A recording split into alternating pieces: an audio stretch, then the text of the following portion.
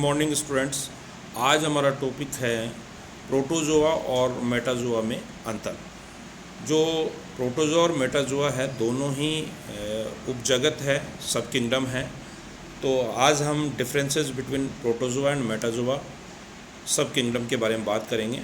सबसे पहले हम स्क्रीन पे जैसा देख रहे हैं कि प्रोटोजोआ का जो है पहला कैरेक्टर की अगर हम बात करें तो प्रोटोजोआ जो उपजगत है उसके अंदर जो जंतु आते हैं, जो एनिमल्स आते हैं, वो सामान्यतः सूक्ष्मदर्शिक होते हैं और एक कोशिकीय होता है, यानी कि इनका संपूर्ण शरीर एक कोशिका से निर्मित होता है। जबकि मेटाजोआ की हम बात करें उपजगत में तो इसमें सामान्यतः जो जंतुओं का आकार है वो बड़े होते हैं ये, और बड़े इसलिए भी होते हैं क्योंकि इनके शरीर में कोशिकाओं की संख्या ज़्यादा होती है। ये बहुकोशिक जंतु होते हैं। और इसके बाद में जो दूसरा कैरेक्टर हम देखें तो उसमें देखिए इनमें जो प्रोटोजोअन्स होते हैं उनमें कोशिकांगों सहित इनकी संरचना सरल होती है। इनके अंदर जो कोशिकांग हैं, सेल ऑर्गेनेल्स हैं, उनकी संरचना सहित इनकी संपूर्ण संरचना बिल्कुल ही सिंपल होती हैं, सरल होती हैं। जबकि मेटाजोआ के अंदर इनकी संरचना एक निश्चित होती है।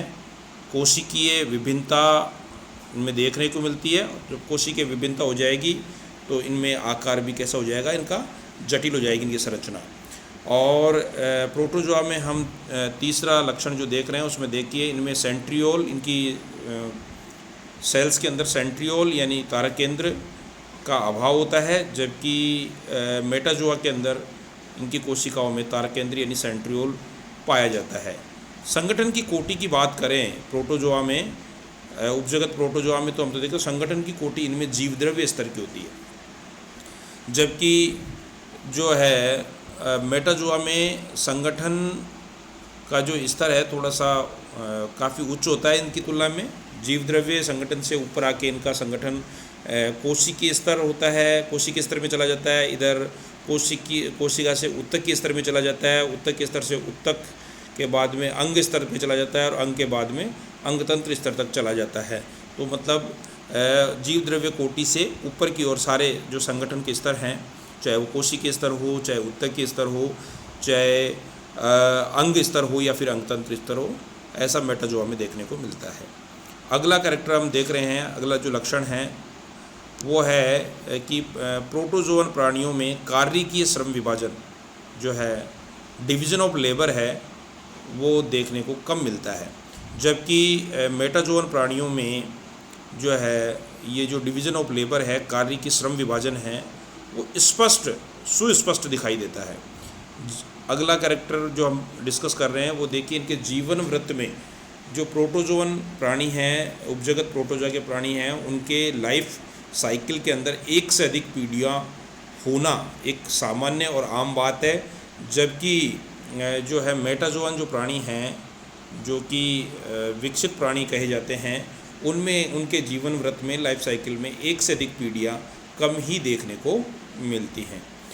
अगला प्रोटोजोआ प्राणियों में देखें, उपजगत प्रोटोजोआ में, तो सामान्यतः इनमें जो है मुख्यतः जो जनन होता है वो अलैंगिक जनन होता है, एसेक्सुअल रिप्रोडक्शन। लेकिन हम इनमें कहीं कहीं लैंगिक जनन यानी सेक्सुअल रिप्रोडक्शन भी देख रहे हैं।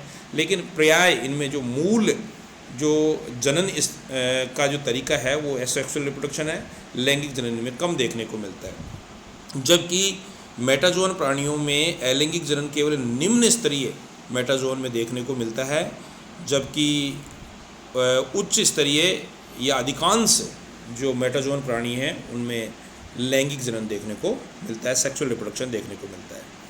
अगला कैरेक्टर जो हम डिस्कस कर रहे हैं वो है प्रोटोजोआ प्राणियों में, वयस्क प्राणियों में, प्रोटोजोन प्राणी जो उनमें वयस्क प्राणियों में या तो संयुग्मन कॉन्जुगेशन होता है या फिर पूर्ण युग्मन जिसको होलोगमी कहते हैं होता है, ऐसा देखने को मिलता है। जबकि मेटाजोअन प्राणियों में एक केंद्र की जो है शुक्राणु और अंडाणु होता है, ये युग्मक होते हैं। और इन दोनों अंडाणु और शुक्राणु जो युग्मक हैं इनके आपस में मिलने से यानी संलयन होने से युग्मक संलयन देखने को मिलता है। इसको युग्मक संलयन को हम जो है सिनगेमी भी कहते हैं। अगला जो कैरेक्टर हम डिस्कस कर रहे हैं वो है जब एक कोशिका का विभाजन होता है प्रोटोजोन में तो संतति कोशिकाएं संतति कोशिकाएं स्वतंत्र जंतुओं की भांति पृथक हो जाती है। जब जब एक कोशिका में जो डिवीज़न होता है, विभाजन होता है, तो वो संतति कोशिकाएं जो बनती हैं, ये संतति कोशिकाएं स्वतंत्र जंतुओं की भांति व्यवहार करती है, जबकि मेटाजोन प्राणियों में ऐसा नहीं होता है। इनमें निषेचित अंड में बार बार विभाजन के फलस्वरूप बनी निषेचित जो अंड होता है, जिसको हम जाइगोट कहते हैं, उसमें बार बार जो कि अंडाणु शुक्राणु के मिलने से बनने वाली पहली जो है द्विगुणित संरचना होती है, उसमें निषेचित अंड में बार बार फर्टिलाइज्ड एग में बार बार विभाजन, जिसको हम विदलन कहते हैं, क्लीवेज कहते हैं, उसके फलस्वरूप बनी संतति की जो कोशिकाएं होती हैं, वो सारी कोशिकाएं आपस में आसंजित होकर मिलकर के एक भ्रूण या एम्ब्रियो का निर्माण करती है।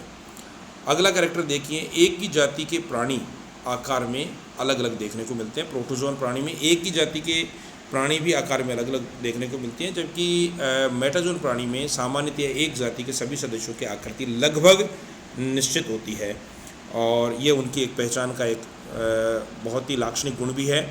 अगला कैरेक्टर देखें, क्योंकि चूँकि जीव द्रव्य श्रेणी पाई जाती है प्रोटोजोन प्राणियों में, तो काया के अभाव में यानी शरीर के अभाव में इनकी कभी भी प्राकृतिक मृत्यु नहीं होती है, क्योंकि एक जनक है, जनक से जितनी उसकी संततियाँ बनती है उनमें उसका जीव द्रव्य चला जाता है, तो उसकी जो मूल जनक जो है उसकी कभी मृत्यु नहीं होती। इसलिए इनकी कभी भी नेचुरल डेथ नहीं होती, प्राकृतिक मृत्यु नहीं होती, इसलिए इनको हम अमर कहते हैं, यानी ये कभी मरते नहीं हैं। ये अपना जीव द्रव्य है अपनी संततियों में ट्रांसफ़र कर देते हैं, यानी मरते कभी नहीं है। जबकि मेटाजोन प्राणियों में ऐसा नहीं होता, इनकी प्राकृतिक मृत्यु होती है, इसलिए इनको नासवान कहा जाता है। प्राकृतिक मृत्यु होने से पहले ये जनन द्वारा अपने जो है संततियों को छोड़ जाते हैं, जो कि आगे चल के उनके जाति की विशेषता को बनाए रखते हैं। Thank you.